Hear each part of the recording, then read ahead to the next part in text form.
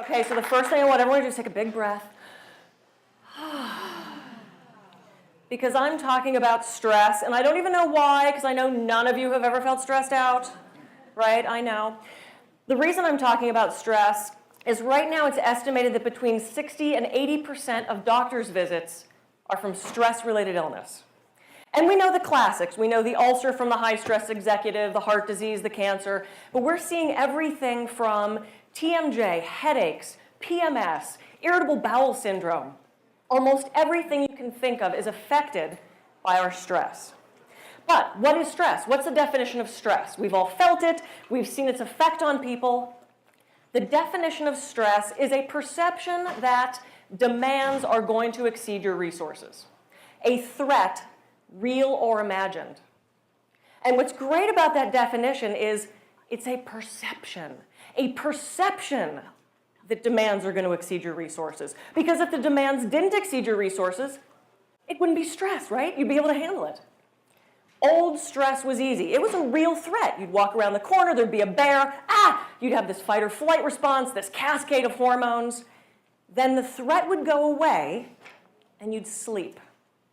Well, now our threats aren't bears jumping out at us. It's the fiscal cliff and the IRS and the foreclosure and the unemployment, and then the bacon catches on fire and we find ourselves being committed because we can't handle the stress anymore. One of the things I see people stressing out so much right now is the flu.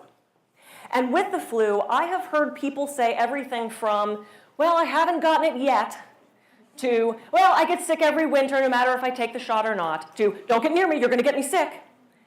And I have friends on Facebook that type, I'm not getting sick, I'm not getting sick, I'm not getting sick. And I applaud the attempt at an affirmation, but I write in and say, why don't you rephrase that to say, I am healthy and well.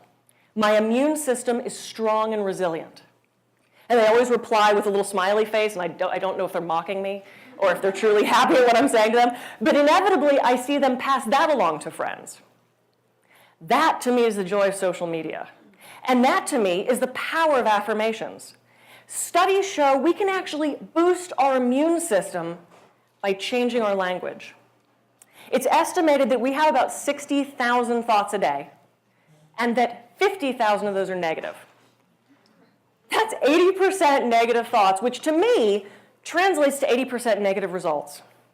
And we wonder why we have so much illness and so much unhappiness. If someone followed us around all day and said these things to us that we say to ourselves, hopefully we'd turn around and say, shut up. I do not get sick. Anybody in here that knows me, you will never remember a time that I was sick. I just don't get sick. And about 2 weeks ago, my husband got the flu. For any of you that has a husband that's ever been sick, there was some stress.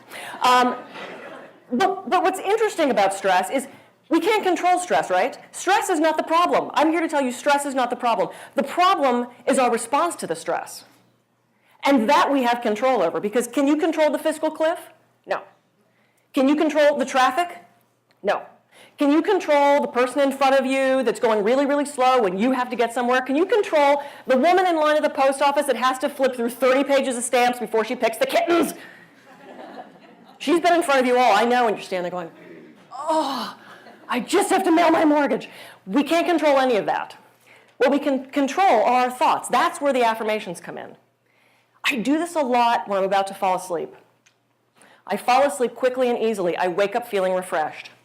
And I found 2 weeks ago when my husband had the flu and I'm feeling germs all over my face for 4 nights in a row before I finally said, get out. I had this fear. I had this moment of, oh, I can't get sick. I've got too much to do. But instead, I said, I am healthy and well. My immune system is strong and resilient. I can't control the flu.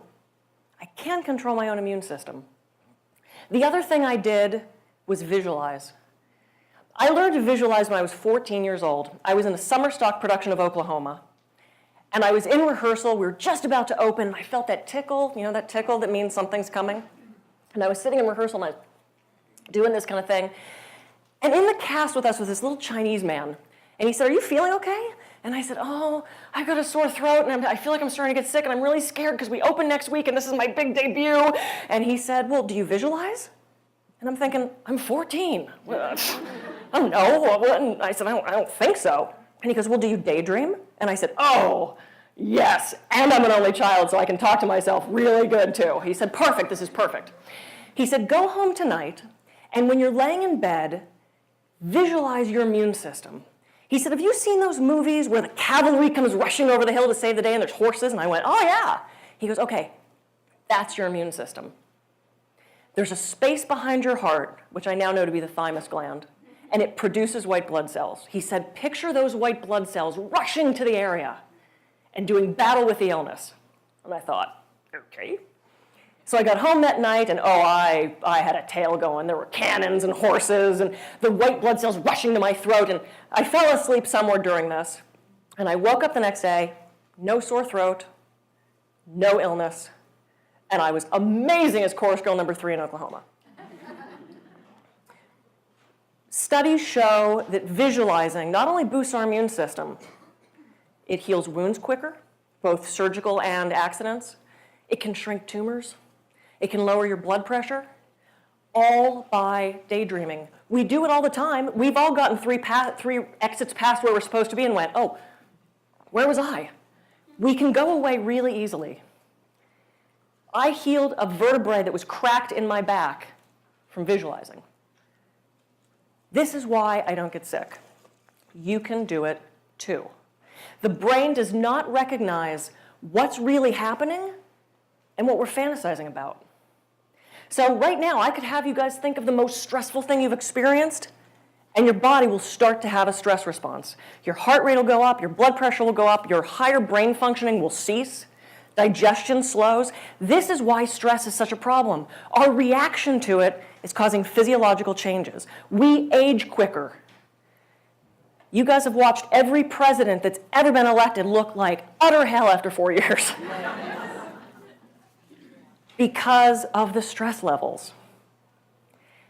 The last thing I want to leave you with is meditation. Now, I'm from the East Coast. Clearly, I talk fast. I'm a type A, anal retentive, Capricorn only child. My father was an only child and wanted a boy, so I'm getting it from all sides. Don't tell me to sit on a pillow and quiet my mind and still my body. Does not work. But I learned a meditation that you can all do. There's only 2 rules. Concentrate on something repetitive, and if thoughts intrude, dismiss them without judgment.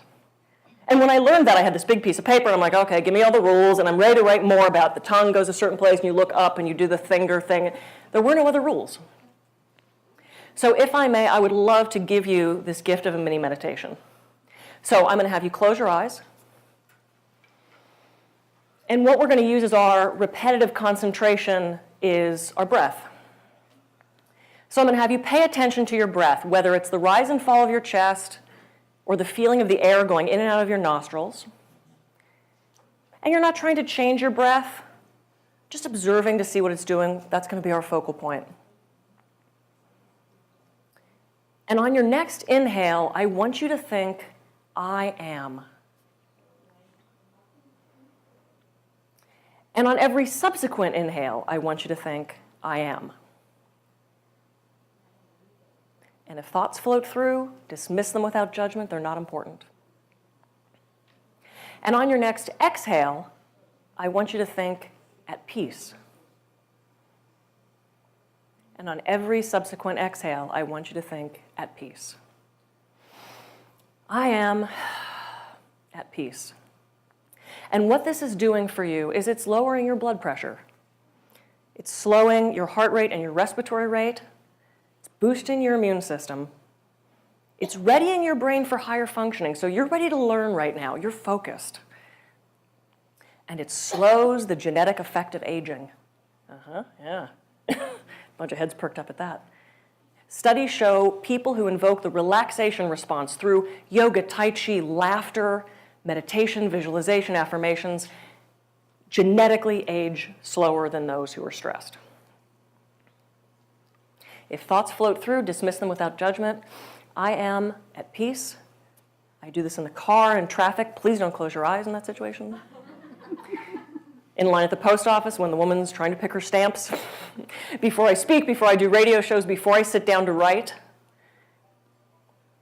I am at peace.